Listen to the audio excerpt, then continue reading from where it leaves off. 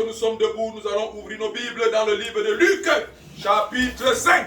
Luc, le chapitre 5. Luc, chapitre 5, du verset 1 au verset 10, il est écrit: comme Jésus se trouvait près du lac de Génézareth et que la foule se pressait autour de lui pour entendre la parole de Dieu, il vit au bord du lac 2 barques, d'où les pêcheurs étaient descendus pour laver leurs filets. Il monta dans l'une de ces barques qui était à Simon, et il le pria de s'éloigner un peu de terre. Puis il s'assit et de la barque il enseigna la foule. Lorsqu'il eut cessé de parler, il dit à Simon: avance en pleine eau et jetez vos filets pour pêcher. Simon lui répondit: Maître, nous avons travaillé toute la nuit sans rien prendre, mais sur ta parole, je jetterai le filet. Ayant jeté, il prit une grande quantité de poissons et leur filet se rompait. Il fit signe à leurs compagnons qui étaient dans l'autre barque de venir les aider. Il prit, il vint et il remplit les 2 barques au point qu'elles enfonçaient. Quand il vit cela, Simon tomba aux genoux de Jésus et dit: Seigneur, retire-toi de moi, parce que je suis un homme pécheur. Comme l'épouvante l'avait saisi, lui et tous ceux qui étaient avec lui, à cause de la pêche qu'ils avaient faite. Il en était de même de Jacques et de Jean, fils de Zébédée, les associés de Simon. Alors Jésus dit à Simon: ne crains point, désormais tu seras pêcheur d'hommes. Amen. Est-ce que quelqu'un peut acclamer la parole du Seigneur? Tu peux acclamer plus que ça ce matin? Amen. Je trouve que tu peux acclamer plus.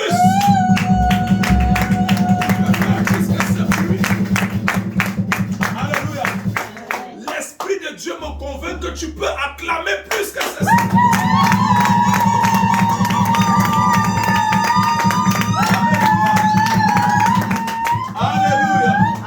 Assieds-toi victorieux et victorieuse dans la présence de Dieu.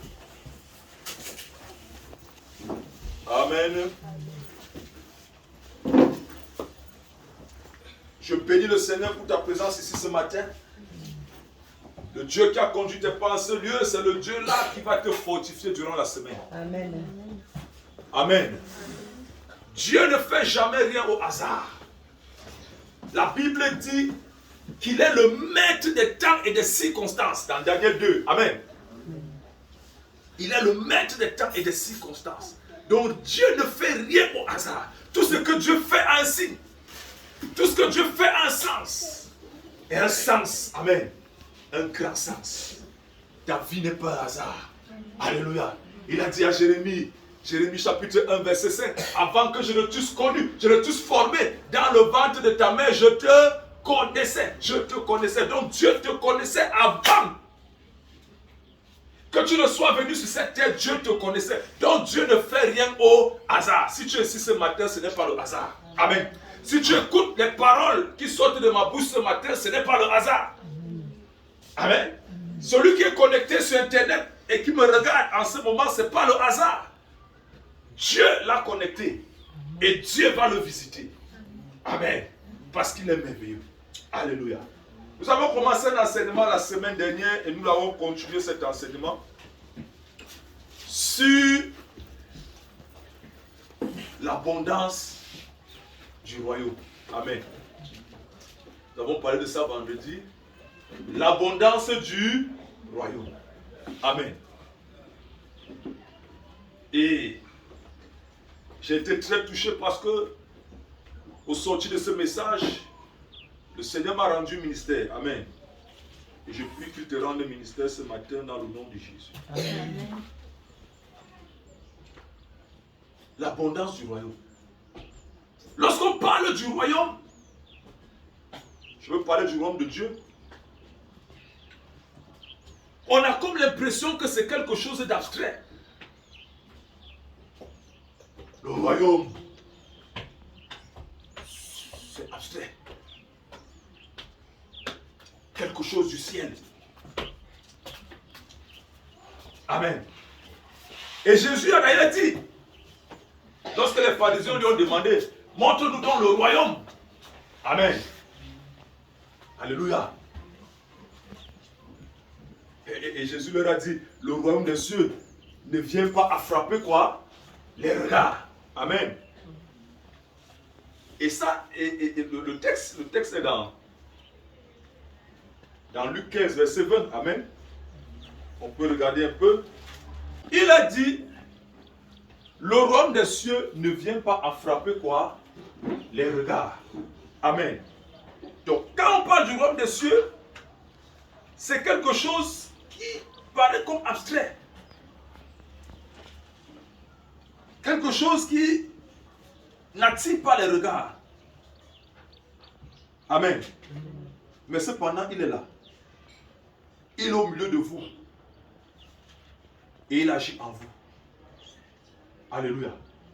Donc, le Seigneur passe le temps à enseigner à ses disciples pendant 3 ans. À quoi sert le royaume de Dieu? Mais pour parler du royaume de Dieu, il faut repartir à la base. Quelle base? Amen. C'est que au commencement, Dieu a créé le ciel et la terre. Après la création, l'homme ayant péché, il a été jeté sur la terre dans le royaume du diable. Est-ce que vous me comprenez? Et dans ce royaume, l'homme a commencé à avoir les maladies, l'homme a commencé à avoir les problèmes, l'homme a commencé à avoir les couches de nuit, l'homme a commencé à avoir la sorcellerie, l'homme a commencé à être sujet à la malédiction, l'homme a commencé à être la proie de Satan et des démons. Alléluia. Dans ce royaume. Et Dieu décide donc de sauver l'homme. Qu'est-ce que Dieu va faire? Dieu envoie son Fils unique. Amen. Afin que lui vienne parler d'un autre royaume. Le royaume de qui? De Dieu. Donc lorsque Jésus vient sur la terre, il passe le temps à dire aux disciples, moi, mon royaume n'est pas de ce monde. Amen. Et dans mon royaume, je vais vous emmener dans mon royaume. Amen. Donc lorsque Jésus meurt maintenant, Jésus laisse le Saint-Esprit. Et le Saint-Esprit qui laisse la Pentecôte, le jour de la Pentecôte, la première église, dans Jean, acte 2, la première église va avoir lieu. Amen. Et l'église est répandue dans le monde aujourd'hui. Et le royaume de Dieu est répandu au travers de l'église. Alléluia. Donc, lorsque tu es enfant de Dieu, lorsque tu es né de nouveau, tu es maintenant membre du royaume de qui? De Dieu. Alléluia. Donc, ne vous inquiétez pas ou alors ne vous interrogez pas. Parce qu'il y a des personnes qui ne sont pas encore membres du royaume de Dieu, mais qui sont sur la terre. Mais ils sont membres du royaume de ce monde. Ils vivent comme les lois de ce monde les imposent. Ils vivent comme tout ce qui se passe sur la terre les influence.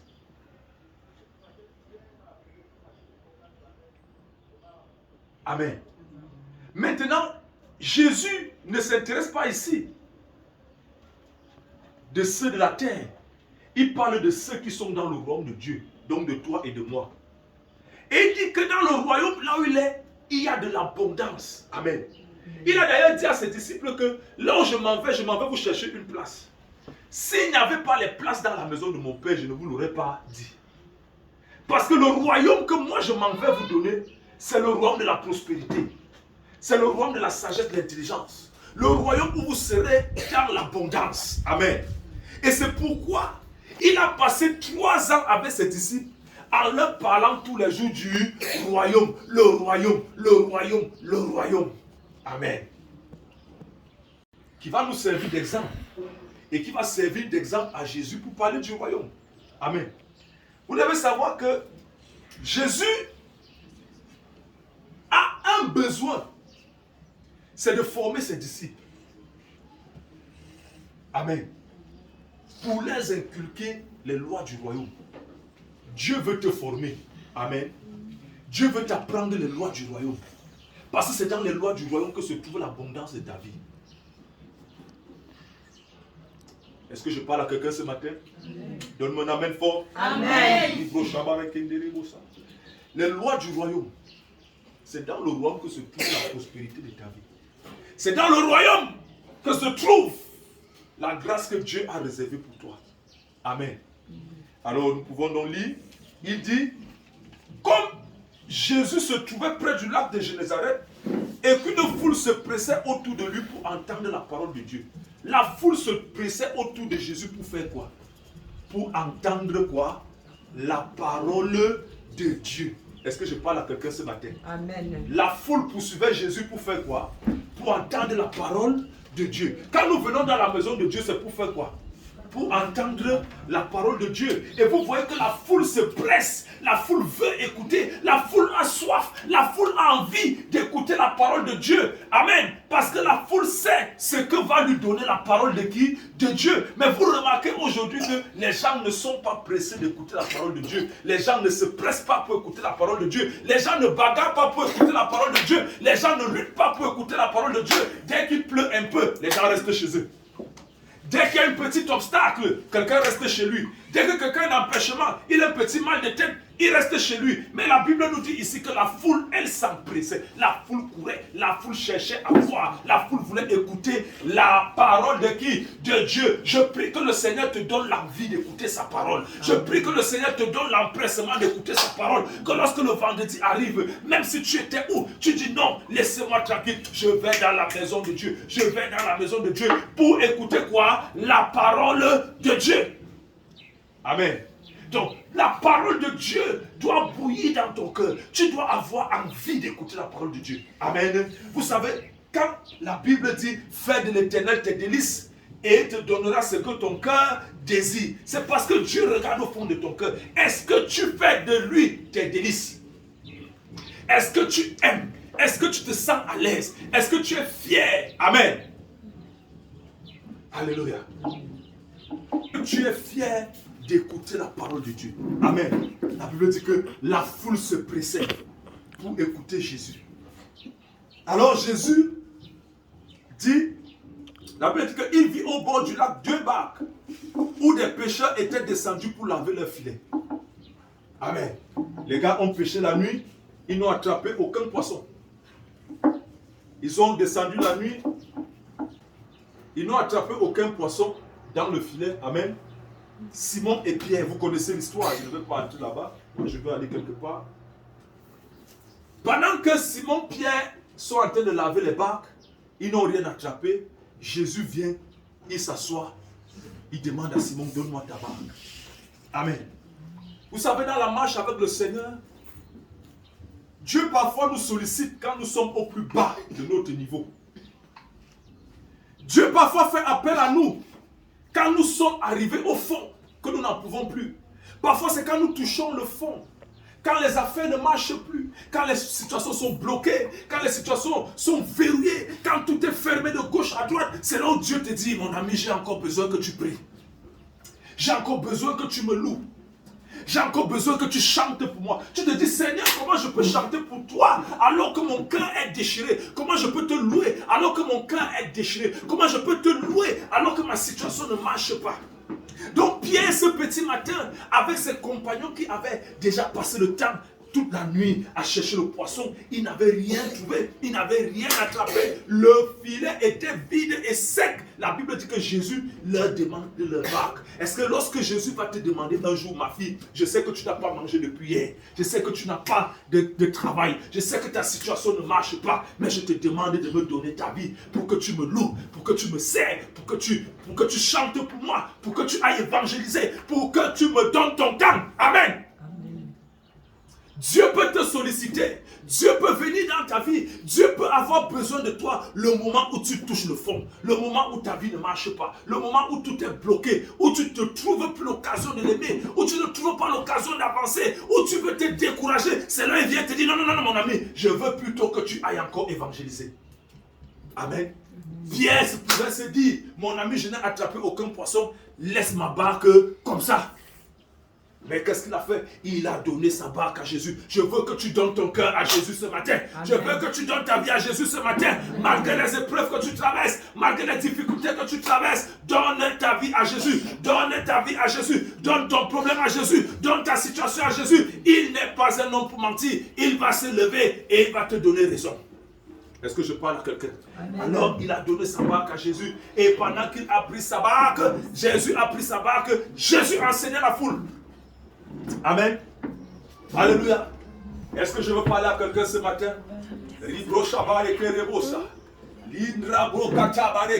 Écoute-moi très bien.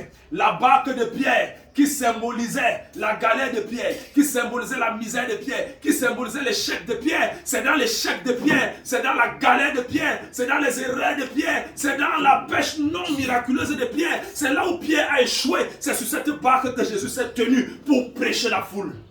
Amen. Amen.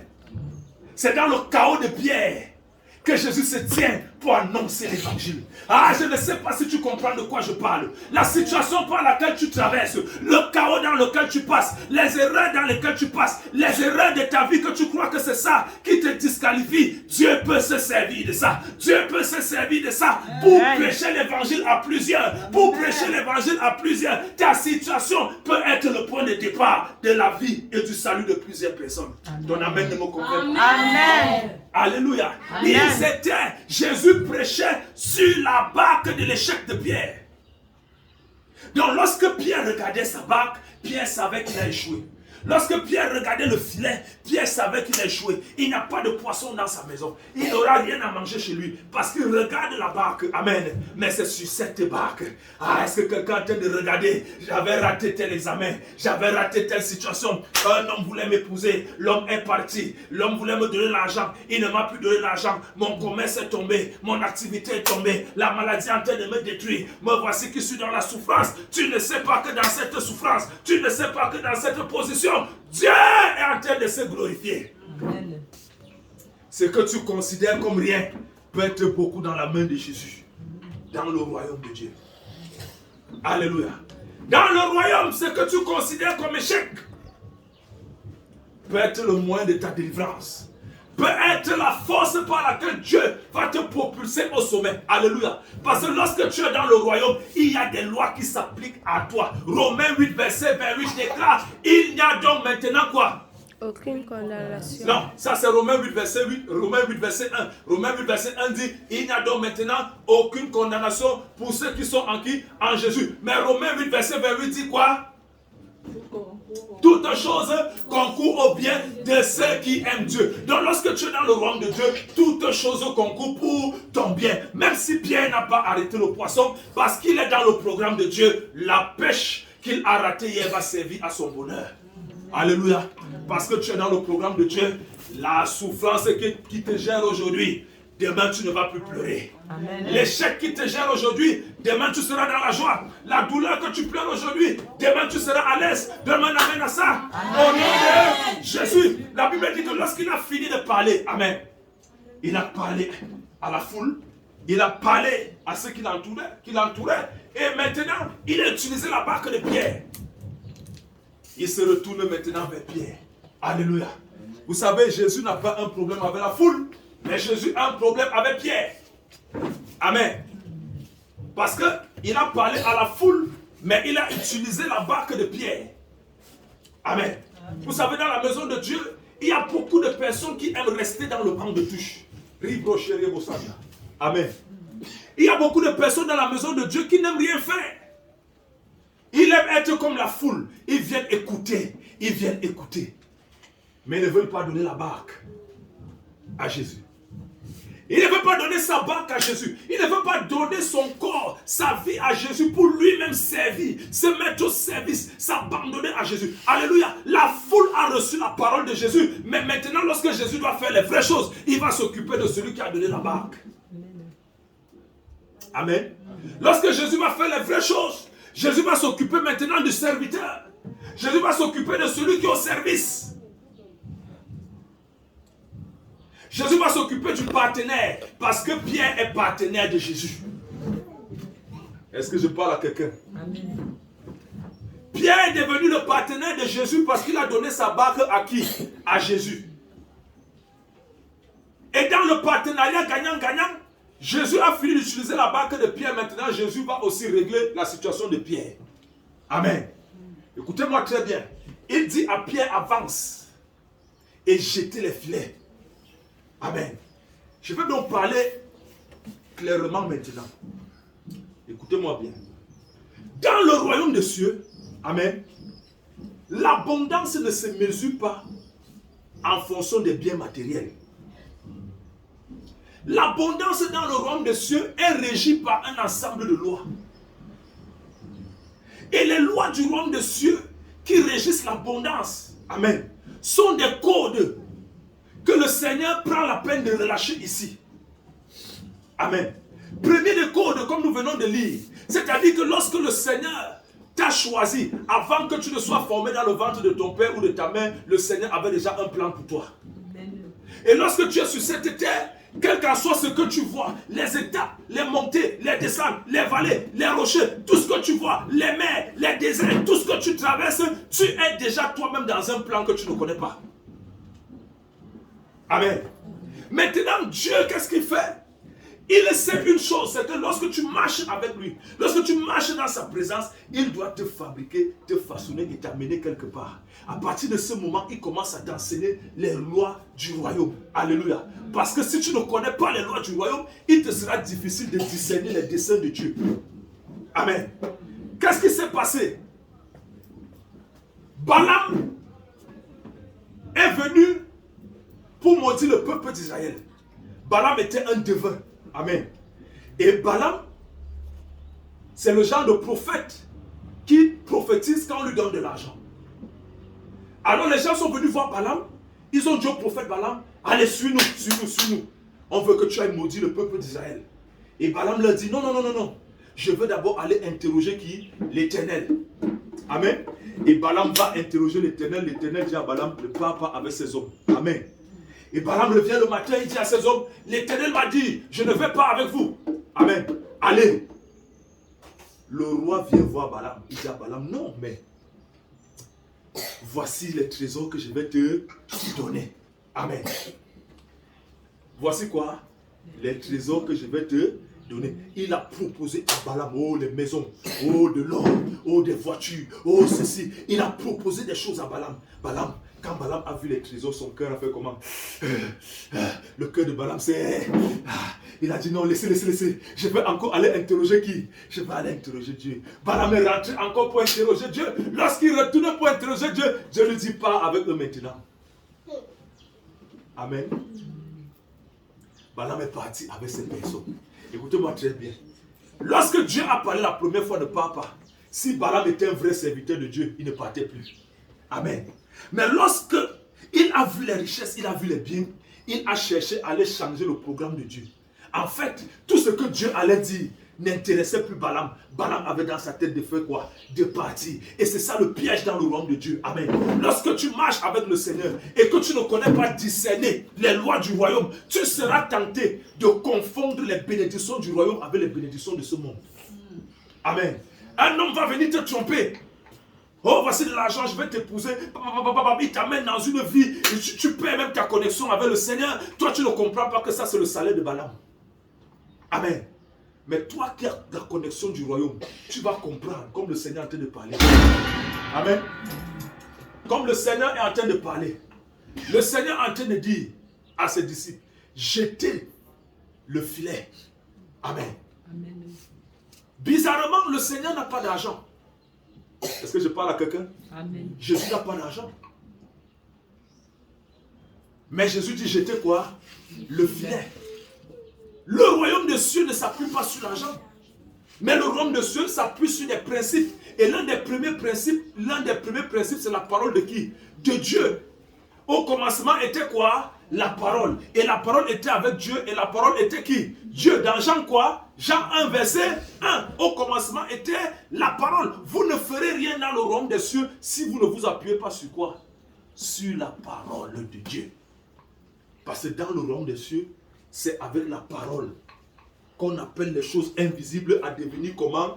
Visibles. C'est pourquoi il dit dans le livre de Hébreux chapitre 11, verset 6, or sans la foi, il est impossible de lui être comment? Agréable. Parce qu'il faut que celui qui s'approche de Dieu croit que Dieu existe et qu'il est le rémunérateur de ceux qui le cherchent. C'est par la foi que nous savons. Nous sommes toujours dans Hébreux 11, verset 3. C'est par la foi que nous savons que quoi? Le monde a été créé par la parole de Dieu. De sorte que les choses que nous voyons ne viennent pas des choses visibles, mais des choses comment?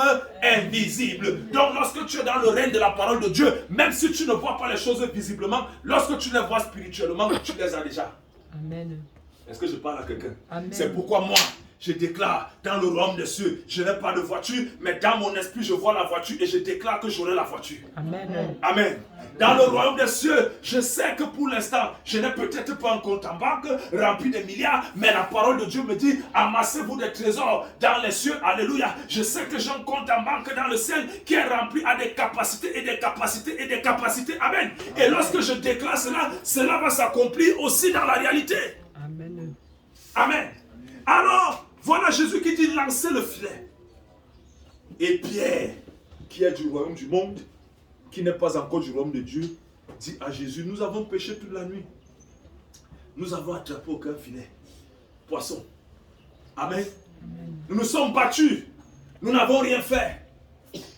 Nous avons tout essayé. La pêche n'a pas donné. Qu'est-ce que tu nous demandes de faire? Alléluia. Parfois, Dieu te demande des choses qui sont en fait le début de ta délivrance. Amen. Alléluia. Ma fille prie. Oh, j'ai prié pendant une semaine. Je n'ai rien vu marcher. Prends encore un programme de prière. Non, parce que je ne peux plus prier. Parce que je ne peux plus prier. Ma fille va encore déposer les dossiers. Non, je ne dépose plus les dossiers. Ma fille relance encore cette affaire. Non, moi je ne peux plus relancer l'affaire là. Je suis fatigué. Vous voyez que Pierre est fatigué. Amen. Mais il se dit non. Malgré la fatigue, il y a une parole qui est derrière. Alléluia. Je veux dire à quelqu'un ce matin, il y a une parole qui est derrière toi. Amen. Qui te dit de recommencer. Amen. Qui te dit de ne pas abandonner. Amen. Qui te dit de continuer au nom de Jésus. Est-ce que tu comprends de quoi je parle? Amen. Dans le royaume de Dieu, la parole fortifie. La parole te permet de reprendre là où tu étais abattu, là où tu ne pouvais plus. La parole de Dieu vient te donner l'énergie, vient te donner la force, vient te donner les capacités. Parce que nous pouvons tout. Jésus-Christ a dit, je puis tout par celui qui me fortifie. Alléluia. Ta parole est une lampe à mes pieds, la lumière sur mon sentier. Ta parole, alléluia. Levez-moi Jérémie chapitre 1, verset 10. Jérémie chapitre 1, verset 10 rapidement. Quelqu'un me lit Jérémie chapitre 1, verset 10. Oh, tu vas comprendre quelque chose ce matin. Jérémie chapitre 1, verset 10.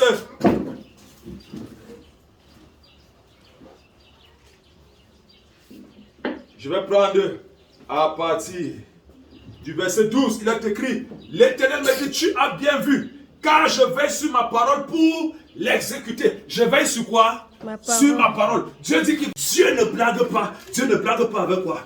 Avec sa parole. C'est pourquoi vous voyez la foule presser Jésus. Parce qu'ils veulent écouter la parole de Dieu. Ils savent que s'ils écoutent la parole de Dieu, Dieu ne blague pas avec sa parole. Il sait que s'il écoute la parole de Dieu va s'accomplir dans sa vie. Il sait que s'il écoute la parole de Dieu, quelque chose va se passer. Il préfère rester affamé. Il préfère ne pas manger. Il préfère ne pas faire ses programmes. Il est prêt à mettre tout en œuvre. Parce qu'il va écouter quoi? La parole de Dieu. Pourquoi il va écouter la parole de Dieu? Parce qu'il sait que Dieu a dit qu'il veille sur sa parole pour faire quoi? Pour l'exécuter. Alléluia. Il dit, je veille sur quoi? Sur ma parole. Dieu veille sur quoi? Sur sa parole. Dieu veille sur sa parole. Écoutez-moi très bien. Lorsque Pierre dit à Jésus, Seigneur, nous avons péché toute la nuit. Nous n'avons rien attrapé. Mais sur ta parole. Jésus, sur ta parole. Veille sur ta parole. Pierre est en train de dire à Jésus, veille sur ta parole. Veille sur ta parole. Veille sur ta parole. Amen. Amen. Mais ce que Pierre ne savait pas, c'est qu'il est écrit dans Jean chapitre 1 verset 14. Qu'est-ce qu'il est écrit? Dans Jean chapitre 1 verset 14, qu'est-ce qu'il est écrit? La parole s'est faite chair. La parole s'est faite chair. Jean de Pierre ne sait pas que Jésus qui parle avec lui est la parole de Dieu qui s'est faite chair. Est la parole de Dieu qui s'est faite chair. Cette parole que Dieu veille pour accomplir. Amen.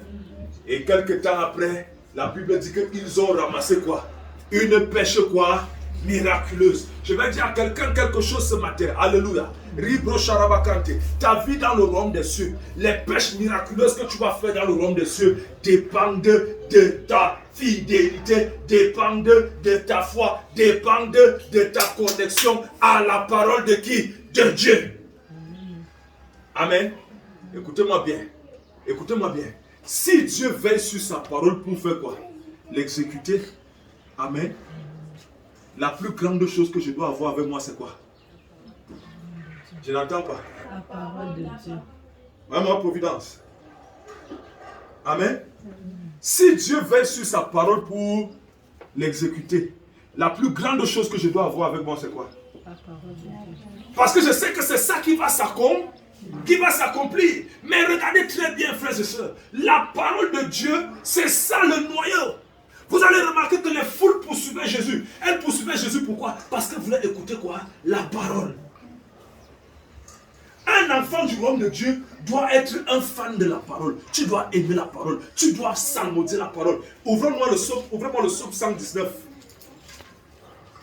Psaume 119, verset 9. Psaume 119, verset 9, n'est-ce pas? Qu'est-ce qu'il dit? Comment le jeune homme rendra-t-il pur son sentier? Ah! Comment le jeune homme rendra-t-il pur son sentier? En se dirigeant d'après ta parole. Amen. Alléluia. Amen. Comment le jeune homme rendra-t-il pur son sentier? En se dirigeant d'après quoi? Ta parole. Comment vas-tu rendre ta vie pure? Comment vas-tu rendre ta destinée pure? Comment vas-tu rendre tes études pures? Comment vas-tu rendre le chemin par lequel tu passes pur? La Bible dit ici, il y a une seule manière de rendre ta vie pure. C'est de marcher comment? Selon la parole de qui? De Dieu. Amen. Vous savez, la parole de Dieu est tellement claire. Alléluia.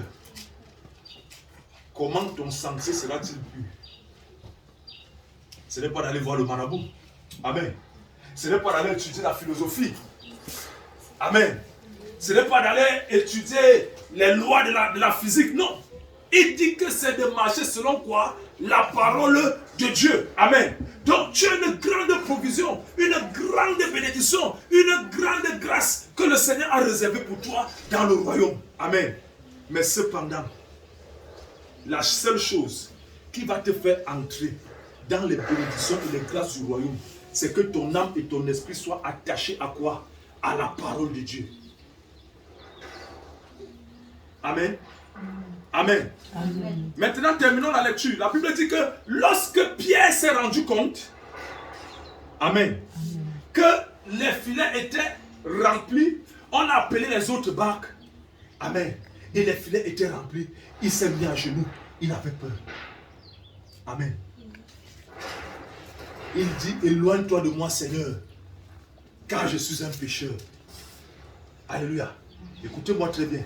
Dans le royaume des cieux, amen, le péché est l'une des choses qui peut te faire ne pas voir la gloire de Dieu. Amen.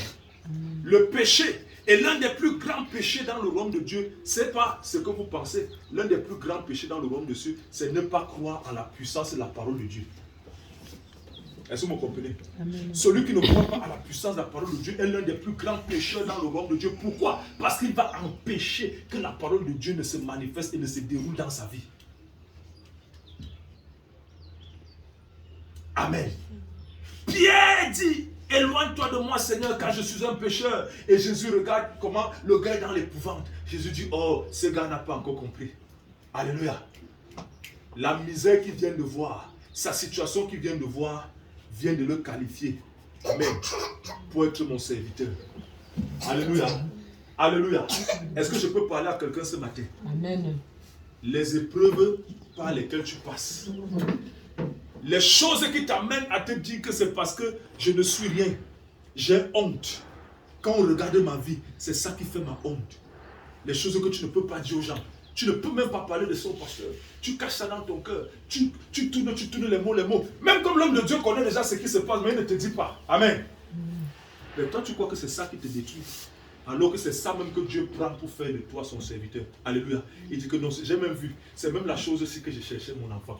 C'est ça que je cherchais ma fille. C'est ça qui te qualifie pour être même serviteur de Dieu. Parce que moi, je suis là pour enlever ta peur. Je suis là pour enlever ta honte. Je suis là pour enlever ta saleté. Je suis là pour enlever tes déchets. Les déchets de ta vie. Je suis venu pour les laver. Pour que tu sois une nouvelle création. Tu sois une nouvelle personne. Cesse de te tromper toi-même. Cesse de cacher tes péchés. Cesse de cacher ton iniquité. Cesse de cacher tout ce que tu fais de mal. Je suis là. Je suis ton Seigneur. Je suis là pour te laver, te purifier, te nettoyer. Alléluia. Amen. Est-ce que je parle à quelqu'un? Amen. Alléluia. Amen. Anne a dit, il retire le pauvre. 1 Samuel, chapitre 2. Quelqu'un peut me lire ça rapidement? 1 Samuel, chapitre 2. Oh, je bénis tes oreilles ce matin. Tu vas entrer dans l'abondance du royaume. L'abondance dans le royaume, ce n'est pas l'argent. C'est la parole. Alléluia. 1 Samuel, chapitre 2, le verset 7. 1 Samuel, chapitre 2, le verset 7. Il est écrit quoi? L'Éternel appauvrit et il enrichit. Est-ce qu'on peut lire à haute voix? L'Éternel appauvrit et il enrichit. Il abaisse et il élève. Amen. Il appauvrit et il enrichit. Donc si je suis pauvre, je n'ai pas de problème, parce que celui qui peut m'enrichir, c'est qui? C'est l'Éternel. Donc si j'écoute la parole de Dieu va m'enrichir. Donc, je ne vois pas pourquoi je vais rester à la maison parce qu'il a plu. Je ne vois pas pourquoi, si je dois venir écouter la parole de Dieu et que j'ai un autre programme, je vais d'abord laisser ce programme pour venir écouter la parole de Dieu, parce que c'est la parole de Dieu qui peut m'enrichir. Amen. Amen. Il dit que l'Éternel enrichit. Continuons la lecture. De la poussière, on continue. De la poussière, il retire le pauvre. Amen. Donc le pauvre est dans la poussière. Est-ce qu'on se comprend? Amen. De la poussière, il retire le pauvre. Du fumier, il relève l'indigent. Il les relève pourquoi?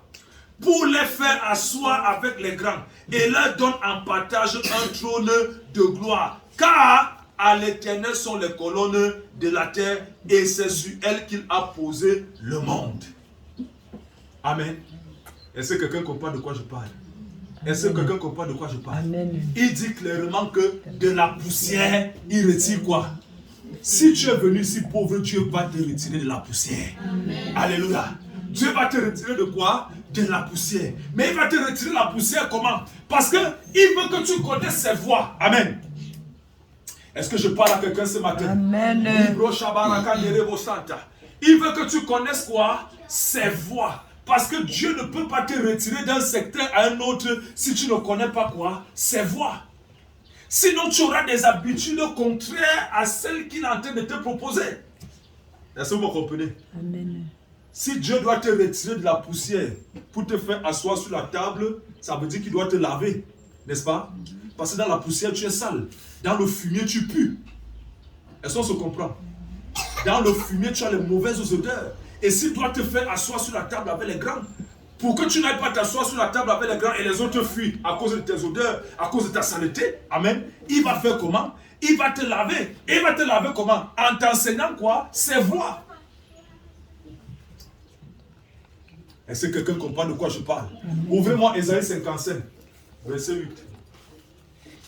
Ésaïe 55, verset 8. Car mes pensées ne sont pas vos pensées, n'est-ce pas?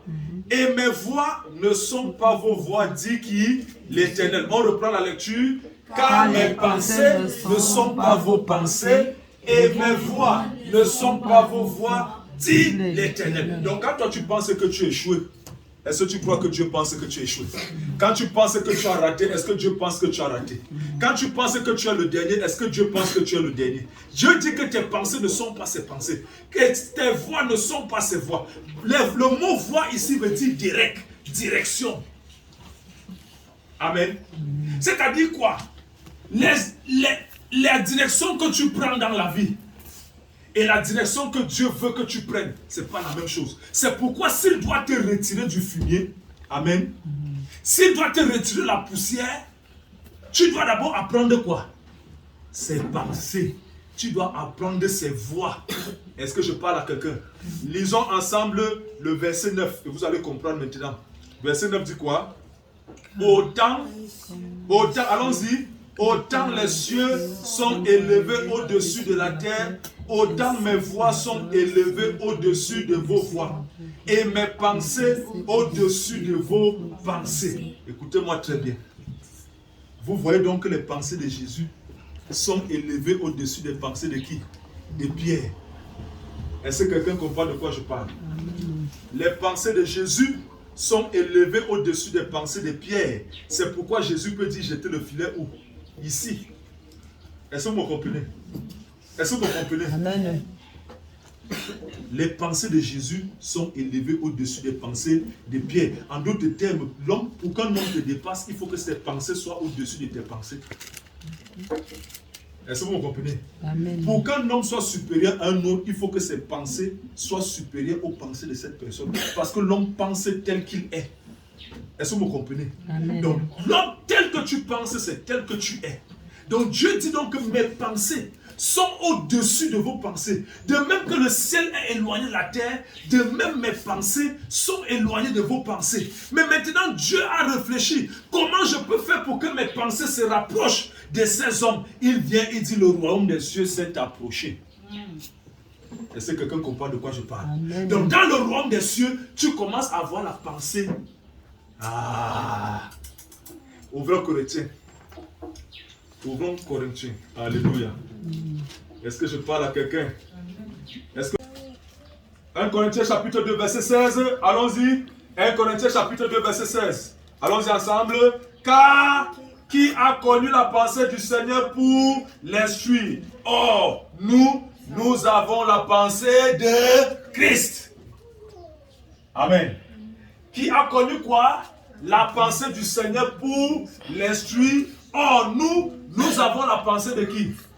La pensée de Christ. Et tu comprends donc que toi qui es en Christ, tu es une nouvelle création. Les choses anciennes sont passées. Voici toutes choses sont devenues nouvelles. C'est pourquoi il dit, celui qui est en moi a triomphé quoi? Sur le monde. Amen. Celui qui est en moi, celui qui est en moi triomphe sur le monde. Parce que la pensée que tu as, ce n'est pas la pensée du monde, c'est la pensée du Christ qui est au-dessus de toutes choses, de toute élévation, de toute domination, de toute principauté. C'est cette pensée qui est en toi. Et quand cette pensée est en toi, tu domines sur le monde. Amen. Est-ce que tu sais que tu domines sur le monde? Est-ce que tu sais que tu domines sur le monde?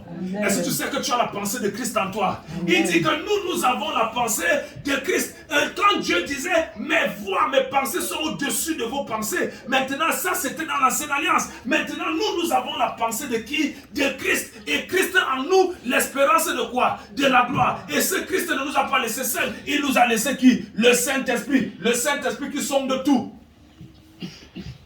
Amen. Est-ce que c'est moi qui lis ça? Alléluia. Attendez. Lisons toujours dans 1-2 Corinthiens. Amen.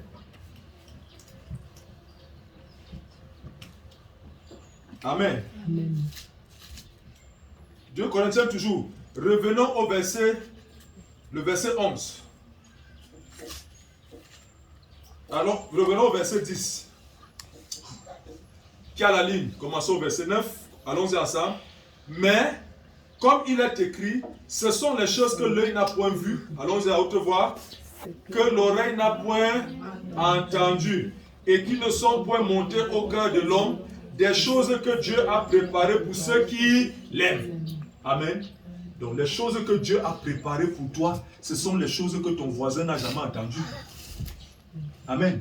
Ce sont les choses que même tes enfants n'ont jamais entendues. Ce que Dieu a préparé pour qui? Pour toi. Alléluia. Continuons maintenant. Verset 10. À haute voix. Dieu nous les a comment? Révélés par l'Esprit. Car l'Esprit, même les profondeurs, l'Esprit sont de quoi? Tout. Même quoi? Les profondeurs de Dieu. Alléluia. Alors, si l'Esprit de Dieu est en toi, l'Esprit qui sonde les profondeurs de qui? De Dieu. Comment tu peux être faible en mathématiques? Amen. Comment tu peux être faible en anglais à l'école? Comment tu peux être faible dans une matière à l'école? Si l'Esprit qui sonde les profondeurs de Dieu est en toi. Alléluia. Ça veut dire que tu ne connais pas encore qui tu es.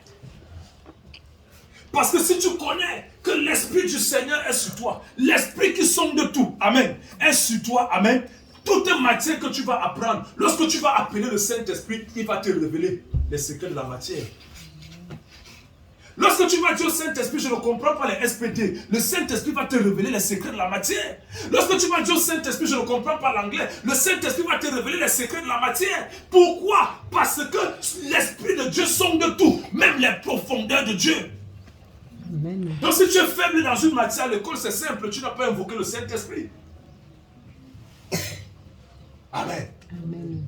Vous allez voir un enfant de Dieu qui commence d'abord à prier en langue.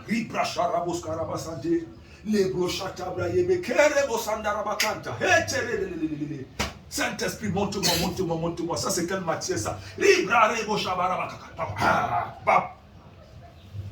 Le Saint-Esprit l'ouvre les pensées. Lis la matière ici, lis le chapitre ici, lis comme ça. Après, le Saint-Esprit explique même plus que ce que l'auteur a écrit ici. Lorsqu'il écrivait que la masse P est égale à mg, il n'a même pas bien compris. P est égal à mg plus ceci. Quand tu arrives à l'école, tu ouvres la bouche, on demande qui lui a montré ça. Mes chers amis, tu as l'Esprit de Dieu. Amen.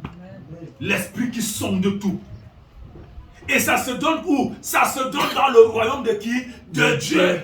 C'est pourquoi un enfant de Dieu qui a le Saint-Esprit, lorsqu'il veut, avant de commencer à prendre, il tape d'abord ses 5 minutes de parler en langue là. Rikara bache rebosanta. Akindra rebosata brayebeke. Lekera marabaka shakari aboke c'est pas terminé. Quand il prend le livre, il ouvre comme ça, le Saint-Esprit descend, pam.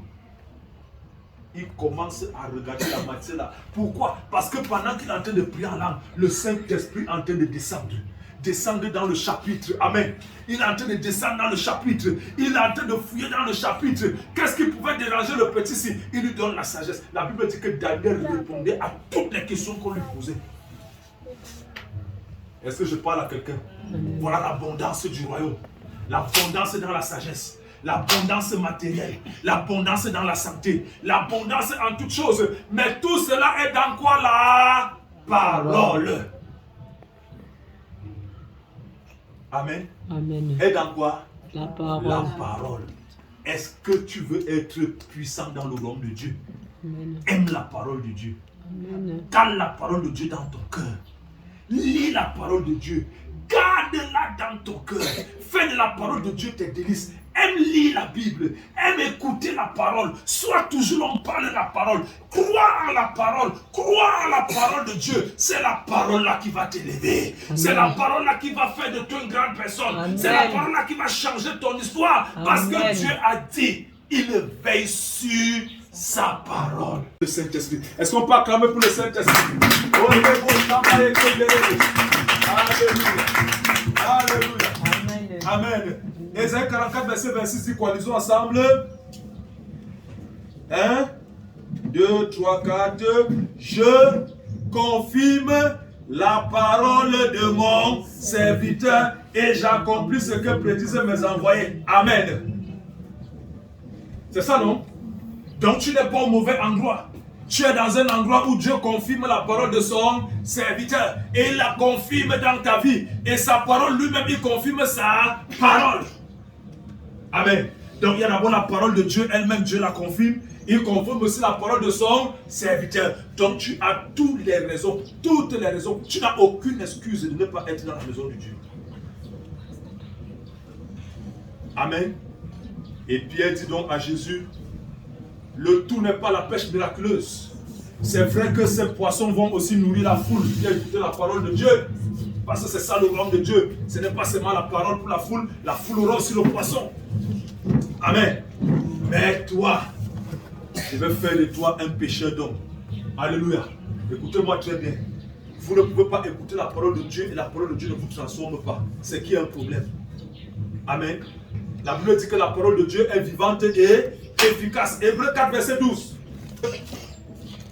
Nous lisons, car la parole de Dieu est vivante et efficace. Plus tranchante qu'une épée quelconque à deux tranchants, pénétrante jusqu'à partager âme et esprit, jointure et moelle. Elle juge les sentiments et les pensées du cœur. Verset 13, nulle créature n'est cachée devant lui, mais tout est à nu et à découvert aux yeux de celui à qui nous devons rendre compte.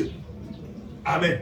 Voilà la parole de Dieu. La parole de Dieu est vivante et efficace. La parole de Dieu comment? Vivante et efficace. Si tu écoutes la parole de Dieu et que la parole de Dieu ne te transforme pas, c'est qu'il y a un problème en toi. Amen. La parole de Dieu est vivante et efficace. Donc si tu écoutes la parole de Dieu et la parole de Dieu ne te transforme pas, c'est qu'il y a un problème. Mais moi je te prie ce matin, laisse l'épée de la parole de Dieu te percer ce matin. Laisse l'épée de la parole de Dieu percer ton cœur ce matin. Laisse l'épée de la parole de Dieu percer tes pensées ce matin. Laisse l'épée. J'ai vu un documentaire sur les réseaux sociaux. Oh, mon cœur allait quitter. Le petit a 10 ans. Le petit est arrivé. Il a commencé d'abord à prier en langue. Dès que le petit a commencé à prêcher, j'ai demandé que m'aide. Moi-même, le pasteur, je ne peux pas prêcher comme le petit c'est. Alléluia. Un petit de 10 ans, je vais vous montrer la vidéo. Il est arrivé. Il a d'abord commencé à lancer en langue. Après, quand le gars a commencé à parler, j'ai demandé que hey, c'est toujours l'évangile comme ça. Alléluia. Que Dieu vous baptise du Saint-Esprit. Amen. Sans le Saint-Esprit, tu seras religieux dans la maison de Dieu. Sans le Saint-Esprit, tu vas écouter les affaires du royaume des cieux comme le chien qui regarde la télé. Sans le Saint-Esprit, tout ce qu'on est en train de parler, c'est la parole de Dieu va frapper sur ton cœur comme ça nous part. C'est le Saint-Esprit qui prend la parole. Il amplifie ça à l'intérieur. Il te donne le goût d'aimer les affaires de Dieu. Alléluia. Quand tu vois un enfant qui parle en langue, même s'il a 8 ans, il parlait déjà en langue. Papa, le Saint-Esprit est sur lui. Tu ne peux pas envoûter un enfant comme ça. Amen. La puissance de Dieu, tu vas l'envoûter comment? Tu ne peux pas tourner sa tête. Il est fort spirituellement. Son esprit, même dans la salle de classe, quand il se place comme ça, lui, il est en train de parler en langue. Même le professeur devant faire attention. Amen. Amen. C'est la puissance que Jésus est venu laisser à l'église. La puissance du parlant en langue. La puissance du Saint-Esprit. Amen. Qui nous ouvre les portes du royaume et les richesses du royaume. Que Dieu